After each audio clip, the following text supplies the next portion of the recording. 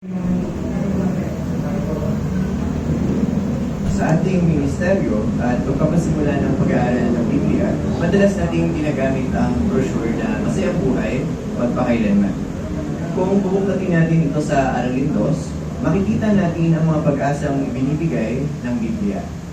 Kasama na rin dito ang pangako na posible tayong mabuhay magpakailanman sa lupa. Sa pahayag na ito, tatalakayin natin ang mga pangako o ang ilan sa mga pangakong ito sa Biblia at kung paano natin ito magagamit sa ministeryo at mapatibay ang iba. Maraming mga manggagawa ang nagtatayo ng mga kabahayan. Subalit sa kabila nito, sila ay nahihirapan na mag-sustain o magtayo ng sarili nilang tahanan. Pero alam niyo ba na sa hinaharap, tayo na mismo ang magtatayo o makikinabang sa sariling pagsisikap at lupain natin? Oo, posible yan. Bueno, sama-sama nating basahin ang isang magandang pangako sa Awit 37:29. Pakisuyong buksan sa inyong kopya ng Biblia ang Awit 37:29. Kung nariyan na kayo, ganito po ang binabanggit.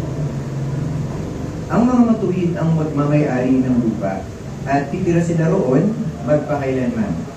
Sa tekstong binasa natin, nangako ang Diyos na sa hinaharap, masayang makapamuhay ang mga matutuwid dito sa lupa at sila ay saganang makikinabang dito magpakailanman.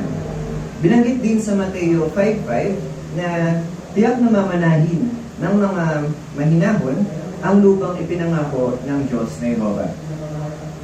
Pero baka mapaisip yung mga makakausap natin sa ministeryo at magbangon ng isang tanong.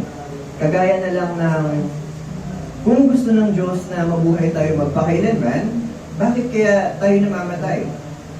Bueno, narito ang ilang mungkahi na pwede natin gawin upang mapalawak at magamit natin yung mga tekstong ito sa ating ministeryo at pagpapatibay sa iba. Una, ipaliwanag ang orihinal na layunin ng Diyos. Binabanggit sa Awit 115, verse 16, ang magandang layunin ng Diyos para sa atin.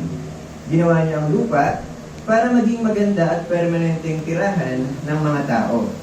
At pinupuno niya ito ng mga bagay na kailangan para maging masaya at makubuluhan ang buhay natin magpakailanman.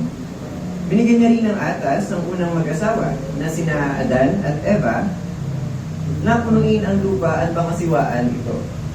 Ikalawa, ipaliwanag kung bakit namamatay. Tulungan ang iyong kausap na maintindihan na hindi galing sa Diyos ang kamatayan. Maaring sabihin sa iyong kausap na minana natin ito sa kasalanan ng ginawa ni Adan at Eva na inudyukan ng Satanas na Diablo. Na dahil dito, naiwala nila ang pag-asang mabuhay magpakailanman sa paraisong lupa. Maaari mo pang dagdagan ang konteksto at paliwanag nito depende sa sitwasyon at oras ng iyong kausap. Sa pamagitan nito, mas maintindihan ng mga kausap natin na hindi kalooban ng Diyos na tayo ay mamatay.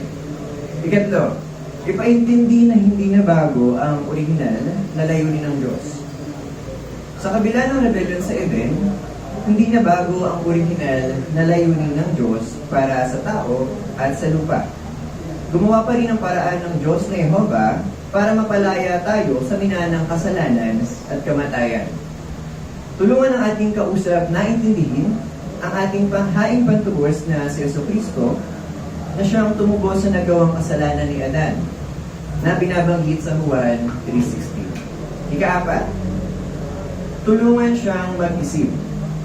Upang mas maintindihan ng mga kausap natin ang layunin ng Diyos, maaari natin siyang tulungan na mag-isip sa pamagitan ng halimbawa o mga tanong.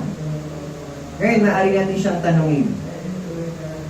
Bibigyan ka ba ng Diyos ng ganyang mga katangian, pati na ang kakayahang pasulungin at pahusayin ng mga iyon, kung gusto niya tayong mabuhay lang ang ilang taon? Malaking tulong ang pagbabangon ng ganitong mga tanong dahil mas natutulungan natin silang ibulay-bulay ang pangakong ito. Ikalima, mag-iwan ng tanong. Ngayong na-share mo na sa kausap mo na pwede tayong mabuhay magpakailanman sa lupa, maaari mong iwan ang tanong na ito. Ano kaya ang pagpapala na mararanasan natin kapag tayo ay nabuhay magpakailanman sa paraisong lupa.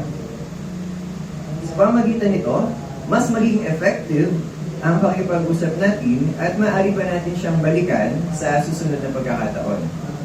Kung gagawin natin ang mga hakbang na ito, tiyak na makakapagtanim tayo ng bilhi ng katotohanan, matutulungan natin silang maging positibo sa buhay, at matutulungan natin silang malaman na posibleng mabuhay, na tayo ay mabuhay magpakailanman sa paraiso.